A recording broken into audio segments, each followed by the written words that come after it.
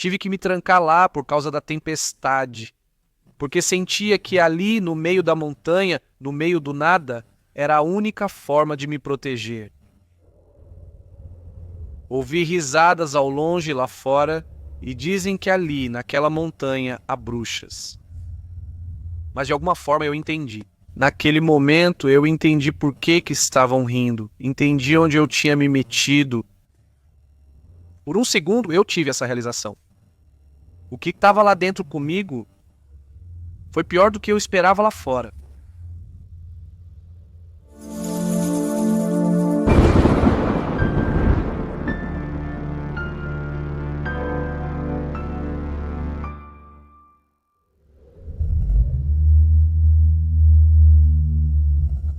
Boa noite, comunidade.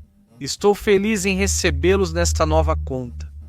Gravando de uma cidade do México muito tempestuosa, deste quarto cheio de livros, mas com janelas muito finas. Então, se em algum momento a chuva ficar mais forte, peço desculpas caso vocês acabem ouvindo. Peço paciência para a próxima história. Preciso primeiro situar vocês, é preciso se perder onde tudo acontece. Imaginar. Quando visualizarem isso em suas mentes, estarão prontos para o terror que virá. Lembrem-se de não se sugestionarem, por favor, e que ouçam a próxima história por sua própria conta e risco. E sério, se houver crianças ou menores de idade que tendem a se assustar por aí perto, por favor, peçam para que se retirem. Ou então, ouçam depois. Vou pedir que me obedeçam nisso. É muito importante, de verdade. É uma história pesada.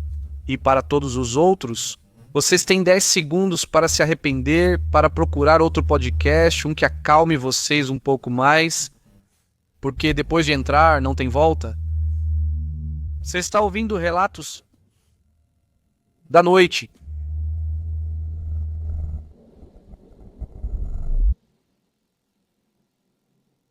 Minha história comunidade começa com um aviso. Ouçam suas avós, se tiverem a sorte de tê-las vivas. Ninguém no mundo se preocupa mais com vocês. Às vezes, as mães se preocupam demais em nos dar lições, em nos preparar para a vida. Mas as avós, essas só querem uma coisa, só rezam por uma coisa, é para que estejamos bem, para que não precisemos passar por acontecimentos que nos marquem para sempre, mesmo que esses possam ser um ensinamento que vai nos servir para o resto de nossas vidas.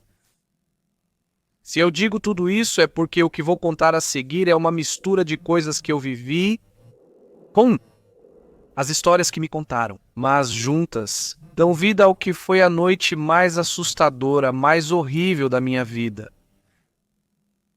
A casa da minha avó fica na cidade natal da minha mãe e de toda a família dela. Minha mãe veio trabalhar na capital, mas os outros ficaram lá. Eu não os conheci até minha mãe se divorciar do meu pai quando eu tinha 10 anos. Por algum motivo, ele não queria que eu me aproximasse desse lado da família ou dessa parte da minha vida. Eles me receberam com uma festa de aniversário e desde então, sempre, mesmo estando longe, foram a família que sempre esteve presente. Infelizmente, a família da minha mãe tem muito azar. Quase todos. Morrer jovens demais. Aquela família grande na cidade foi ficando pequena. Sei que havia outros espalhados, mas com o passar dos anos, a única pessoa que eu ia visitar era minha avó, Júlia. Principalmente quando ela começou a ficar doente. Minha mãe e eu nos revezávamos para que, todo fim de semana, um de nós estivesse com a mamãe Júlia. Como minha avó dizia, e isso, comunidade, acontece numa sexta-feira, não em qualquer uma. Eu sei que vai soar clichê, mas isso começou numa sexta-feira 13, na sexta-feira 13 de dezembro de 2013. Cheguei e desci do ônibus que passava pela cidade, é tão pequena que ninguém mais desceu ali. Depois segui para a casa da minha avó. Era impossível não perceber toda vez que eu ia, prestar atenção. Ver as lojas onde eu corria animado atrás de doces na infância e que diminuíam a cada vez. Um óxio que sobrevivia ali com os poucos moradores do povoado já havia engolido todos. A casa da minha avó ficava quase no fim do povoado, numa rua de onde se via tudo. Todas as luzes, cada lâmpada em cada rua, cada janela do lugar, uma vista que ainda lembro e me apaixona. Encontrei minha avó do lado de fora, preocupada, olhando para o monte perto das árvores, a cerca de 100 metros de sua casa, onde começava em montanha. Primeiro pensei que ela estava regando as plantas, mas depois percebi que era algo diferente, que ela parecia aflita. Perguntei o que estava acontecendo e assim que ela me viu, me abraçou. Ela disse que meu tio Lalo a visitou e isso a preocupou muito. Ele ficou conversando um pouco com ela, dizendo que só passou para ver como estava. Mas depois, de novo, ela perdeu a lucidez. Começou a falar sozinho, a dizer coisas sem sentido, como se estivesse conversando com outra pessoa, como se respondesse a alguém que não estava ali. E então, como costumava ser, saiu correndo mais em direção ao mato. É que meu tio Lalo, sobrinho da minha avó, primo mais novo da minha mãe, costumava passar por fases assim. Ele sumia por semanas, enlouquecia, se perdia, às vezes ia para a montanha, às vezes aparecia em outra cidade. Dizem que uma vez outro tio o encontrou, longe perto da fronteira e o levou de volta para lá. Minha mãe diz que é porque ele usou muitas drogas na adolescência. Minha avó acha que é por causa da mãe dele. Uma dívida. Daquelas dívidas com algo a mais e que cobraram dela com a sanidade do filho. Mamãe Júlia acreditava em bruxas, mas não como a maioria de nós imagina. Mas sim, bruxas de verdade. Por lá isso era muito comum antigamente, dessas senhoras que faziam trabalhos para você, que ajudavam na saúde, no amor, na fortuna. Para tudo havia solução, para todo mal uma resposta, mas também uma dívida que às vezes não cobravam na hora, mas que nunca, de verdade, nunca ficava sem ser paga. Mamãe Júlia não se envolvia com elas. Isso vinha de muito antes. Porque desde que eu frequentava o lugar já não cheguei a ver nada. Mesmo dizendo que foram para o mato. Tinham brincado com um presidente municipal e estavam sendo procuradas. Nada, eu nunca vi nada. Minha avó sempre acreditou que o que aconteceu com meu tio Lalo, aquela loucura temporária, era coisa delas. Coisa de bruxas. Entramos na casa dela. Ela ia me dar algo para jantar porque cheguei cansado, mas eu vi minha avó, minha mãe Júlia, muito preocupada. Ela mantinha os olhos atentos, olhando para a janela voltada para o morro. Jantei rápido e saí para procurar o tio Lalo, que talvez ainda estivesse por perto. Por ali, meio perdido entre as árvores, ela me disse que não. Ela apontou para as nuvens ao longe, dizendo que logo chegaria uma tempestade. Eu respondi que por isso seria importante encontrar meu tio logo, para que ele não ficasse lá em cima e algo acontecesse com ele. Eu me preocupava com ele, claro, mas principalmente com a mamãe Júlia, porque ela já não estava para essas preocupações, porque cada problema deixava ela mal. Se eu pudesse, iria procurá-lo. Eu já tinha andado tanto com meus primos naquele mato que conhecia bem a região. Também não ia para onde eu já não conhecia. No fim, convenci minha avó. Ela contou que meu tio usava um suéter verde tricotado por ela. E que eu não ficasse no mato após a meia-noite, por favor. Eu disse para ela não se preocupar. Ainda eram só 8 horas nesse momento. Eu não achava que fosse demorar mais de 1 hora para encontrar meu tio Lalo. Antes de sair, ela me disse mais uma coisa. Um aviso que eu senti por algum motivo muito mais sério. Bem antes de me abençoar. Aconteça o que acontecer, filho. Mesmo que a tempestade te pegue, não fique na casa dos irmãos Berlanga. Ela está abandonada. Mas ela não está sozinha.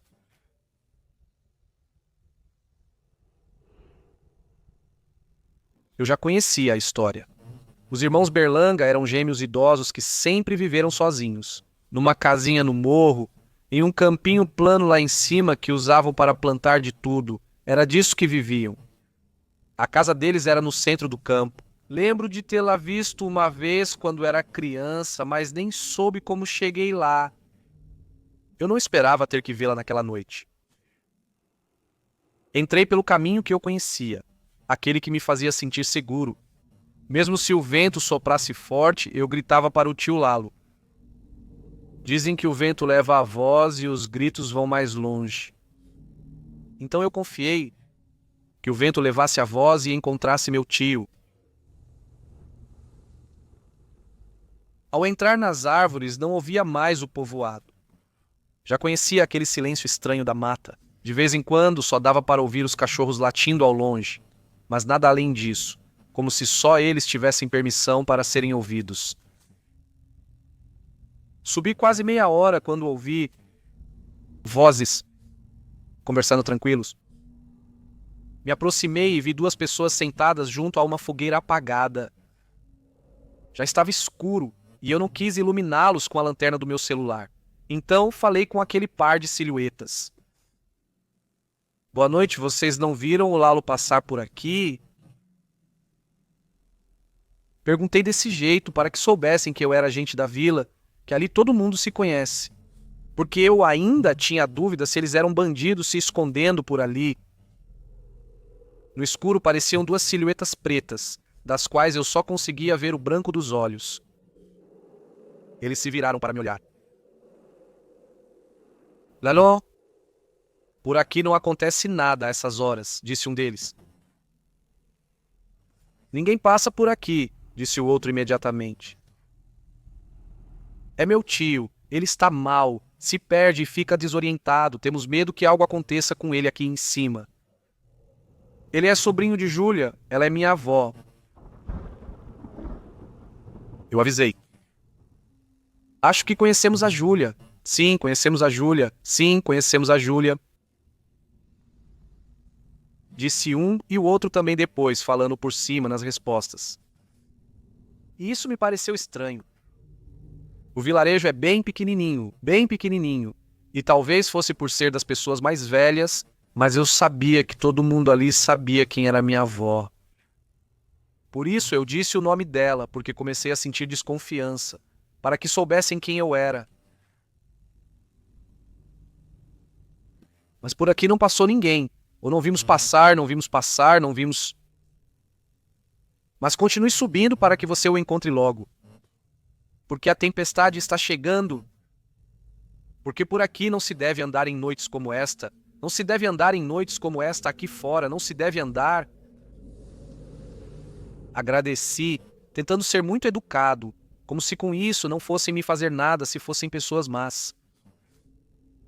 Um deles, o que falou primeiro, se levantou, se aproximou um pouco de mim. Estava tão escuro entre as árvores que mesmo a 1 metro não consegui distinguir sua forma. Não consegui ver nenhum detalhe nele, não consegui ver como ele estava vestido, nem como era o seu rosto. Era uma mancha preta ali, perto de mim, da qual eu só conseguia ver os olhos. Você sabe que não está vindo sozinho, garoto? Ele me perguntou em voz bem baixa para que só eu ouvisse. Sei que você está preocupado e quer encontrar seu parente. Hoje não é uma boa noite para subir. Ele falou e a silhueta sentou-se novamente ao lado do outro na fogueira apagada. Como se eu não estivesse ali, eles continuaram conversando entre si e eu me despedi. Disse a eles que nos veríamos na volta, e assim que dei alguns passos, parei de ouvi-los. Eu estava muito preocupado, tinha me comprometido com a mamãe Júlia. Eu estava com muito medo de continuar, mas tinha mais medo ainda de voltar. Ter que dizer a ela que não encontrei nada, que não tive coragem de continuar subindo porque estava muito escuro. Quem em sã consciência teria coragem de dizer algo assim para ela? Não sei o quanto mais subi, mas ao lado da trilha por onde eu ia, à direita, vi um caminho curtinho que levava a um campo. Ali, sem a sombra das árvores, dava para enxergar um pouco além da luz da minha lanterna. Vi um campo crescido, cheio de mato ruim. No meio dele, uma casinha de adobe, mal se aguentando em pé, a casa dos irmãos Verlanga. Também ali, sem as árvores sobre mim, pude ver que a tempestade se aproximava e pensei no que disse mamãe Júlia em seu aviso. Mas a casinha nem parecia um lugar que eu quisesse chegar perto. Continuei subindo e caminhando por mais um tempo. De vez em quando eu apagava a lanterna porque a última coisa que eu queria era que a bateria acabasse. Eu não podia ficar no escuro lá em cima, então tive que começar a economizar energia. Eu apagava a lanterna por um bom tempo enquanto ia gritando. Meus olhos foram se acostumando com a escuridão. De repente, e é verdade, parecia até enxergar melhor quando a apagava. Continuei caminhando, subindo por uma trilha que já não me era familiar nem reconhecida. Comecei a perder a confiança. Subi, andei olhando o chão à frente e iluminando ao redor para tentar achar o tio Lalo encolhido por ali. Apagando, olhando de longe ao redor na pura escuridão.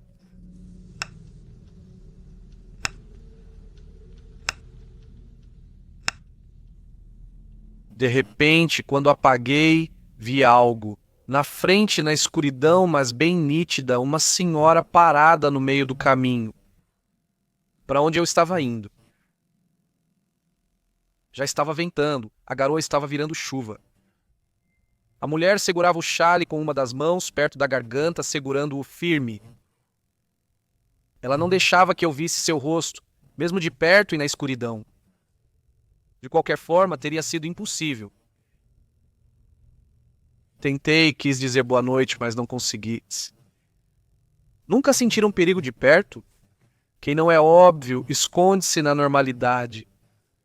Mas algo diz para vocês que não devem confiar em alguém. Esse perigo que se sente entre o estômago e o peito e que simplesmente diz para vocês se afastarem dali. Eu senti algo assim, algo que não me deixou falar com ele, e comecei a lembrar dos medos da mamãe Júlia, das histórias que eu tinha ouvido, das bruxas que surgem e somem no mato. A única coisa da qual eu tinha certeza era que aquela figura baixinha não era meu tio Lalo. Então, sem dizer nada, dei meia volta e comecei a descer. Virei para ver se já não dava mais para ver, mas pude ver a silhueta mais perto. Ela vinha correndo.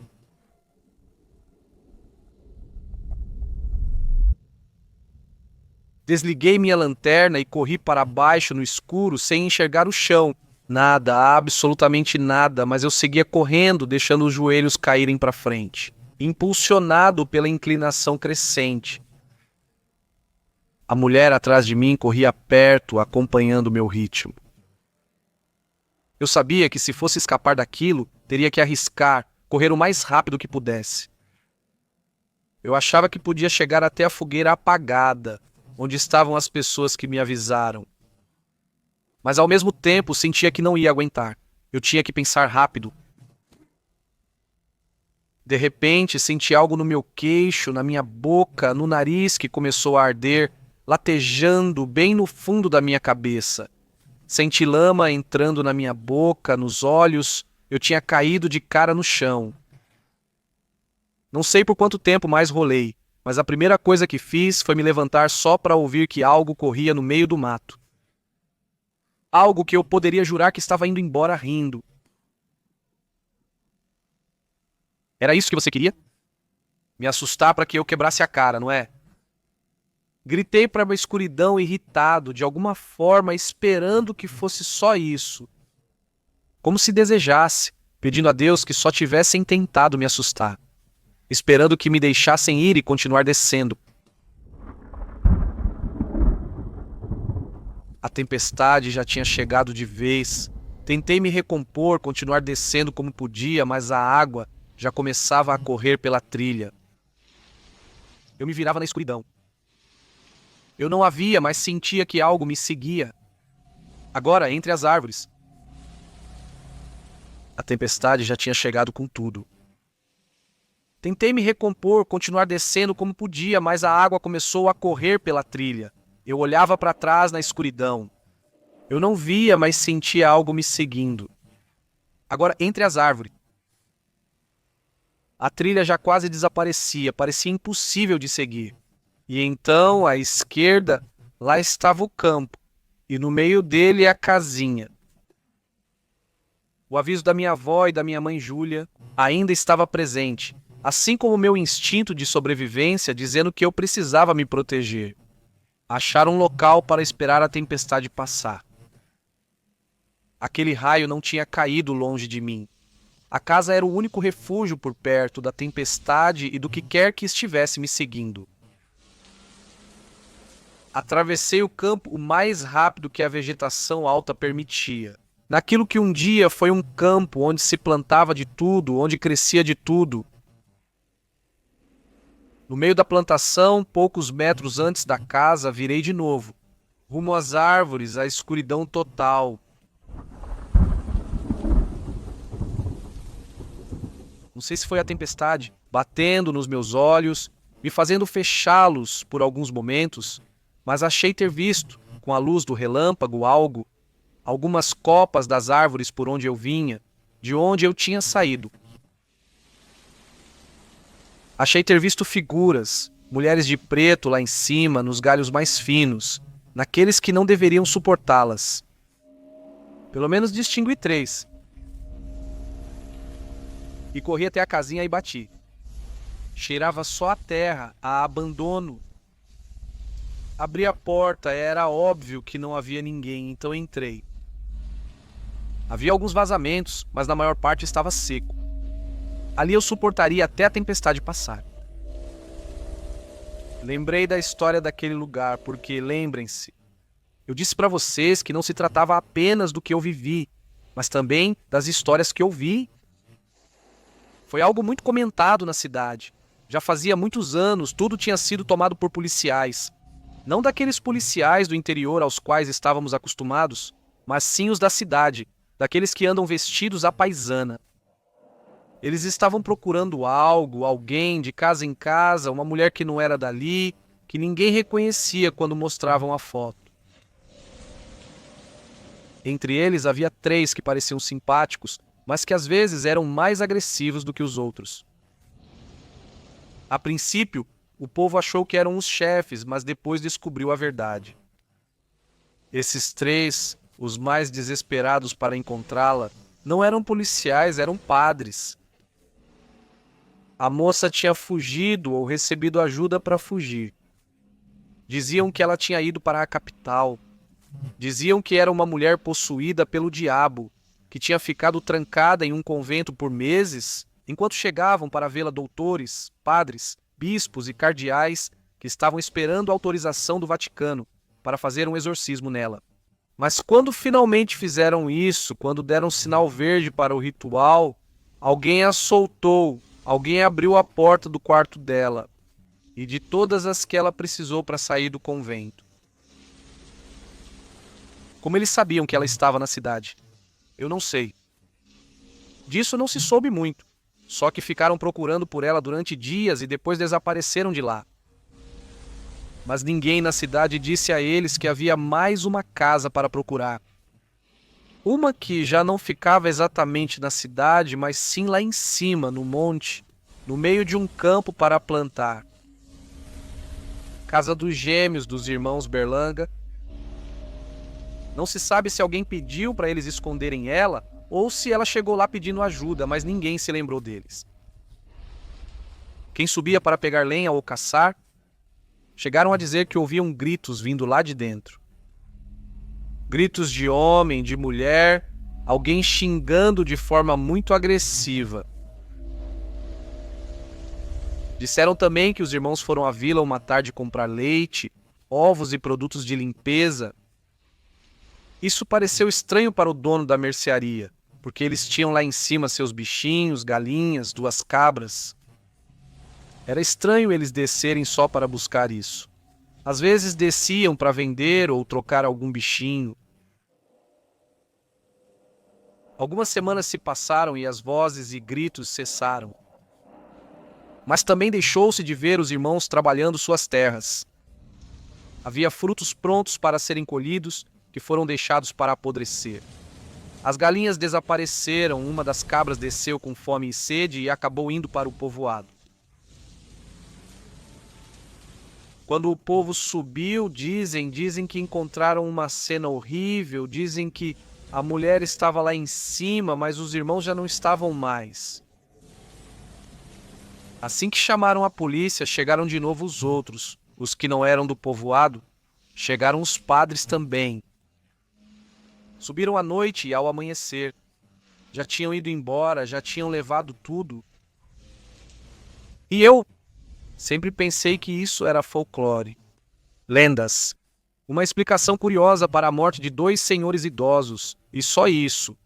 Para deixar tudo mais lírico, mais bonito de contar. Mas naquele momento, lá dentro, não pude deixar de imaginar que tudo era verdade. Ali onde eu estava, esconderam uma mulher possuída, mas não podia ser. Já bastava que umas velhas malucas me perseguissem pelo mato, como para ter tanto azar de acabar ali.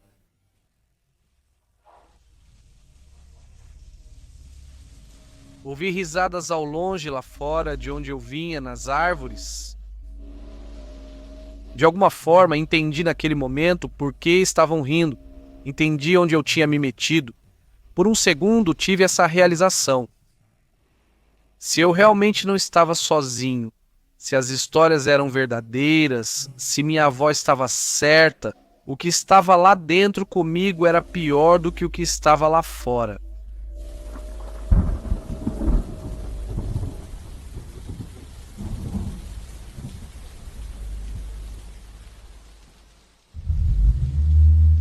Obrigado pela companhia, comunidade. Descubra no próximo episódio a continuação desta história. Não acreditem. Em um momento continuamos.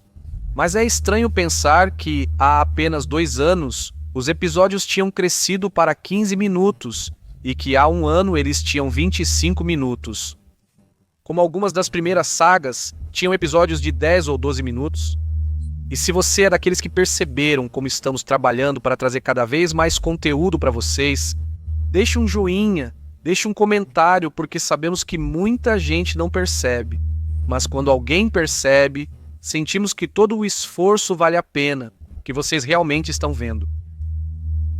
Já vamos continuar, mas antes, eu te lembro que você pode ter uma parte de Relatos da Noite em suas mãos, se conseguir encontrar o livro.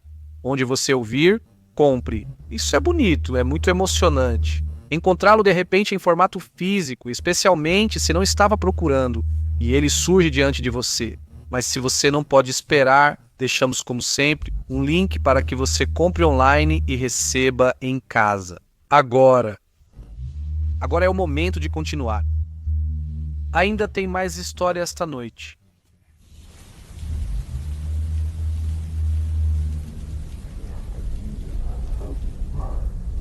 Havia 2 quartos lá dentro, um grande e um pequeno, que acho que era o quarto. A porta estava fechada, mas eu consegui ouvir se prestasse bastante atenção, além da tempestade, que havia alguém lá.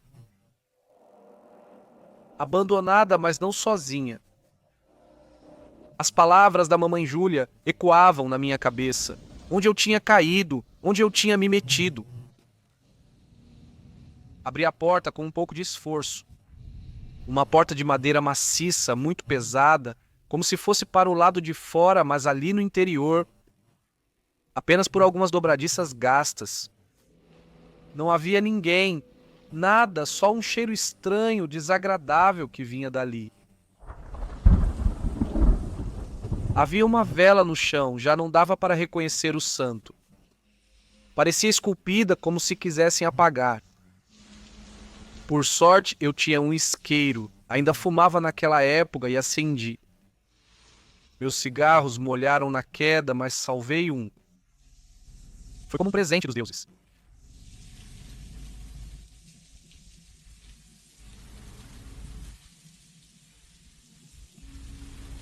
Passou um tempo até que ouvi algo.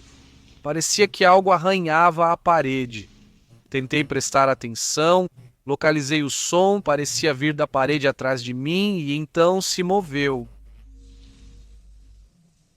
Entendi que algo arranhava a parede lá fora, que algo arranhava ao redor da casa.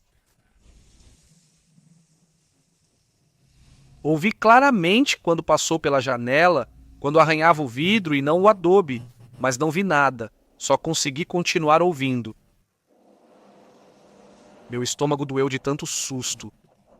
Senti que algo me apertava por dentro, como se me enchesse, como se eu tivesse que colocar as tripas para fora, como se eu tivesse que tirá-las. Mas não tinha com o quê, não tinha nada. Restavam algumas coisas, utensílios de cozinha enferrujados por aí. Eu teria que encontrar alguma coisa. Comecei a mexê-los, minha barriga ficava cheia, apertava por dentro, eu tinha que tirar aquilo de mim e era desesperador. Procurei, não importava o quão sujo estivesse, o que eu pudesse encontrar. E finalmente encontrei uma faquinha fechada.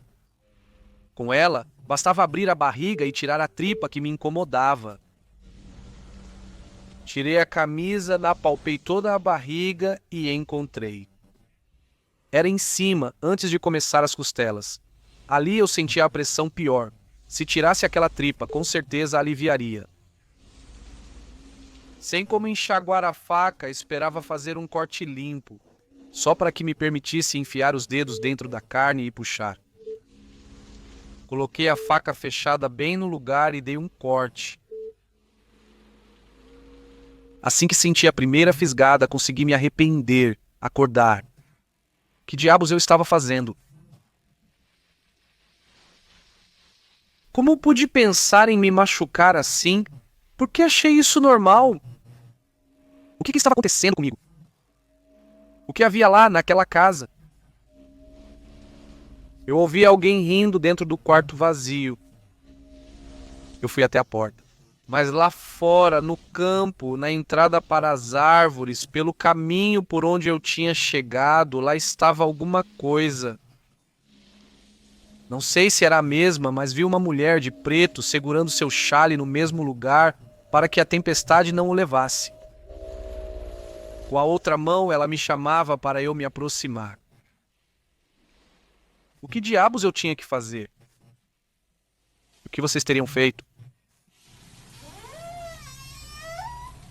A porta do quarto rangeu como se estivesse se movendo, mas eu olhei e vi, achei eu igual.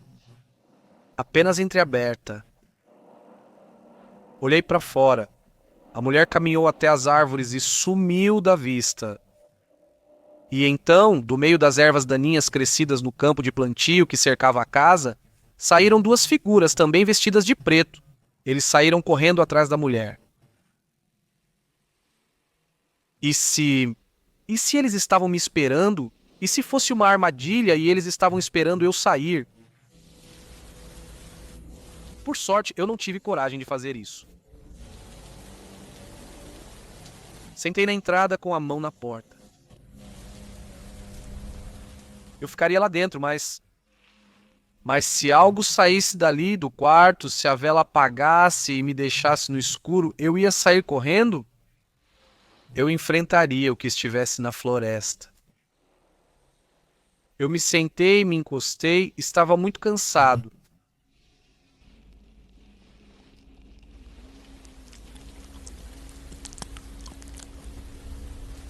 Abri os olhos. Sem perceber, eu já tinha me levantado.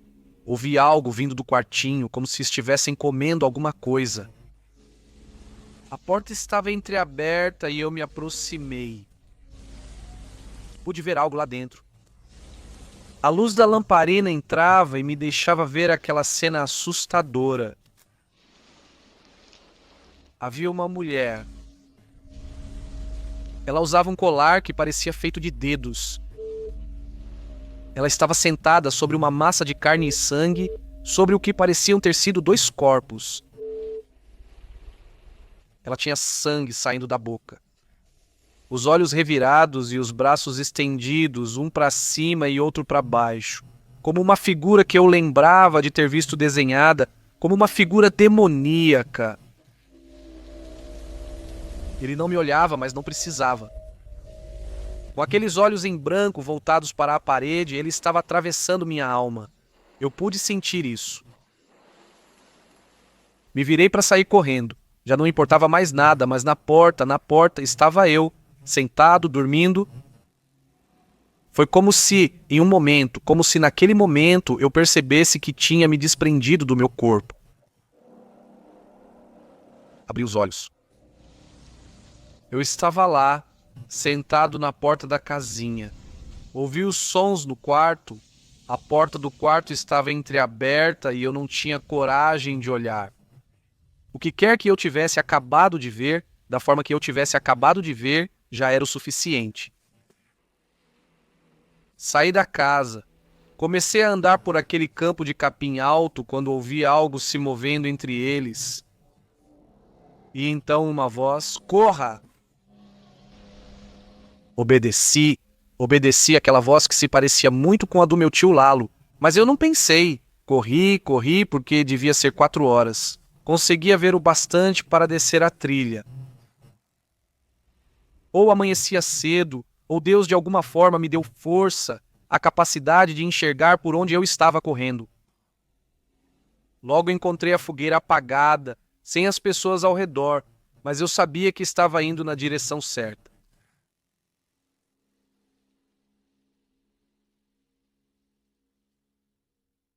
Cheguei em casa um pouco antes de amanhecer. Já não chovia, mas minha avó estava rezando, muito cansada. Ela não conseguiu dormir nenhum momento esperando eu voltar. Ela disse que não podia me perder e me fez prometer que não subiria mais sozinho a montanha. Eu disse que sim, que prometia, e chorei. Por tudo, por ela, pelo medo e pelo que acabei de ver.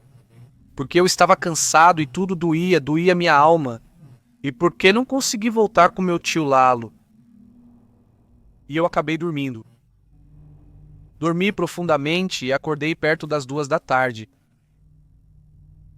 Quando minha avó foi ao mercado, fui procurar 2 conhecidos do vilarejo que ainda me restavam. Pedi que me acompanhassem até a casa dos Berlanga. Eu precisava vê-la e voltar, ver se meu tio estava lá.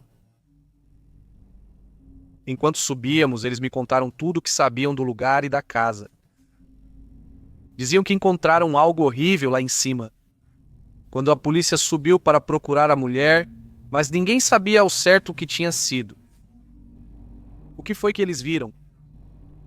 Só que quase enlouqueceu as pobres almas que presenciaram aquilo.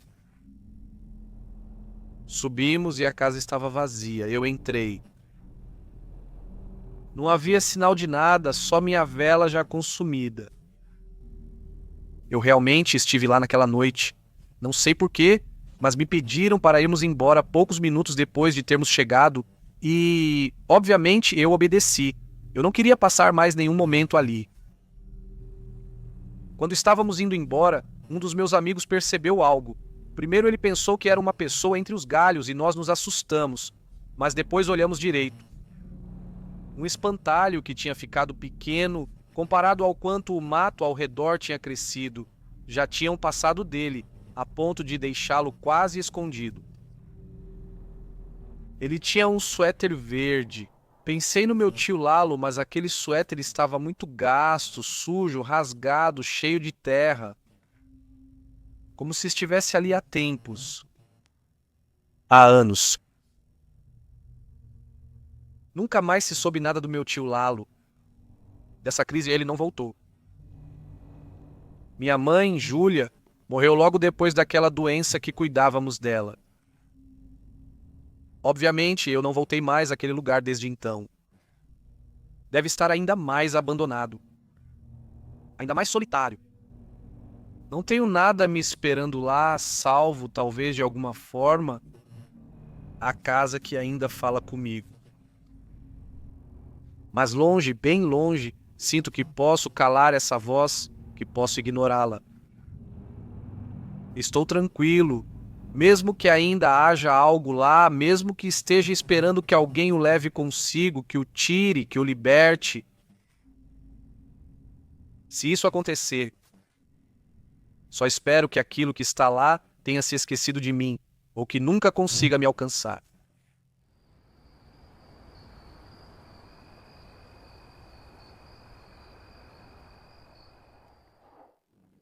Comunidade Relatos da Noite, quem nos ouve no YouTube deve ter notado a forte censura neste episódio. E é assim que temos que fazer. Precisamos seguir as normas da comunidade para que este episódio possa chegar a todas as pessoas que normalmente nos ouvem. Mas se você quiser ouvir sem censura, ele estará assim em todas as plataformas de podcast. Nos ouvimos em breve e espero que vocês durmam tranquilos, que tenham bons sonhos, que nada do que ouviram hoje apareça nos seus sonhos.